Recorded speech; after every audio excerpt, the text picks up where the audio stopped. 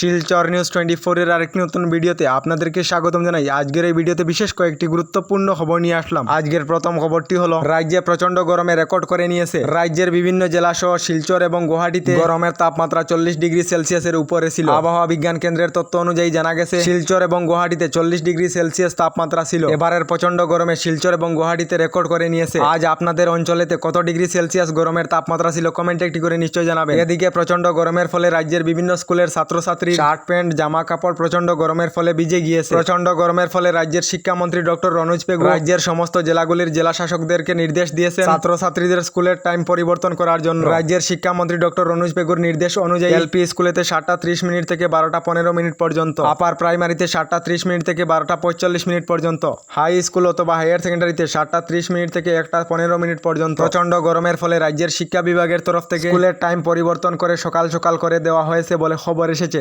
এদিকে এবারের প্রচন্ড গরমের ফলে অনেকেই মন্তব্য করেছেন কয়েকদিনের জন্য স্কুলগুলি বন্ধ রাখার জন্য। আপনাদের মতামত নিশ্চয়ই কমেন্টে জানাবেন। এরপরের খবরটি হলো এদিকে রাজ্যের আবহাওয়া বিজ্ঞান কেন্দ্রের তরফ থেকে বরাকভ্যালিতে ইয়েলো অ্যালার্ট জারি করা হয়েছে। আবহাওয়া বিজ্ঞান কেন্দ্রের তরফ থেকে রাজ্যবাসীকে সতর্কবাণী জারি করা হয়েছে। আগামী 5 দিন পর্যন্ত শিলচর, করিমগঞ্জ, হাইলাকান্দি এবং ডিমা হাসাওতে ঝড় তুফান এবং ঘূর্ণিঝড়ের সম্ভাবনা রয়েছে। আবহাওয়া বিজ্ঞান কেন্দ্রের তরফ থেকে উত্তর পূর্বাঞ্চলের জন্য 2 দিনের অরেঞ্জ অ্যালার্ট এবং 3 দিনের ইয়েলো অ্যালার্ট জারি করা হয়েছে। এরপরের খবরটি হলো আপনারা পিএম কিষানের টাকা লাভ করেন না কমেন্টে একটি করে নিশ্চয় জানাবেন। যদি আপনারা পিএম কিষানের টাকা না পান তাহলে শীঘ্রই অ্যাপ্লাই করে নিন। বর্তমান সময়ে পিএম কিষানের টাকা পাওয়াটা অনেকটাই সহজ রয়েছে। আপনারা অ্যাপ্লাই করিতে পারিবেন আধার কার্ড এবং জমির জমাবন্দি কপি এবং যে কোনো ব্যাংকে একটি সেভিং অ্যাকাউন্ট থাকিলে আপনারা পিএম কিষানে অ্যাপ্লাই করিতে পারিবেন। যে সকল কৃষকেরা আগে থেকেই পিএম কিষানের তালিকায় রয়েছেন এবং যে সকল কৃষকেরা নতুন করে পিএম কিষানে আবেদন করেছেন, যাদের নাম পিএম কিষানের তালিকায় এসেছে, তাদের সকলদের জন্য কেন্দ্রীয় সরকারের তরফ থেকে একটি ভালো খবর ঘোষণা করা হয়েছে। কেন্দ্রীয় সরকার থেকে জানানো হয়েছে লোকসভা নির্বাচনের ফলাফলের পরেই পিএম কিষানের তালিকায় নাম থাকা কৃষকদেরকে পিএম কিষানের 17 নম্বর কিস্তির 2000 টাকা করে কৃষকদের ব্যাংক অ্যাকাউন্টেতে দেওয়া হবে বলে জানানো হয়েছে। এরপরের খবরটি হলো এবারের লোকসভা ভোটের ফলাফল নিয়ে একটি রিপোর্ট প্রকাশ করা হয়েছে। রিপোর্ট অনুযায়ী জানা গেছে ইন্ডিয়া এবং এনডিএ সংখ্যা ঘনিষ্ঠতা পাবে না কোনো জোটে। ইন্ডিয়া 255 এবং এনডিএ 245। আবাস জার্নালিস্ট রাইটার্স অ্যাসোসিয়েশনের সমীক্ষায় এই রিপোর্ট প্রকাশ করা হয়েছে বলে খবর এসেছে। আগামী 4 জুন লোকসভা ভোটের ফলাফল বেরিয়ে আসবে। আগামী 5 বছরের জন্য দেশের দায়িত্ব কার হাতে তুলে দেওয়া হবে। ইতিমধ্যে লোকসভা ভোটের ফলাফল নিয়ে এবং আবাস জার্নালিস্ট রাইটার্স অ্যাসোসিয়েশনের সমীক্ষা নিয়ে দেশ জুড়ে চর্চা চলিতেছে। আগামী 4 জুন দেশের দায়িত্ব কার হাতে তুলে দেওয়া হবে আপনাদের মতামত কমেন্টে নিশ্চয় জানাবেন। আমাদের ডেইলি খবরগুলি ভালো লাগলে আমাদের ভিডিওতে লাইক দিয়ে চ্যানেলটিকে সাবস্ক্রাইব করে নেবেন।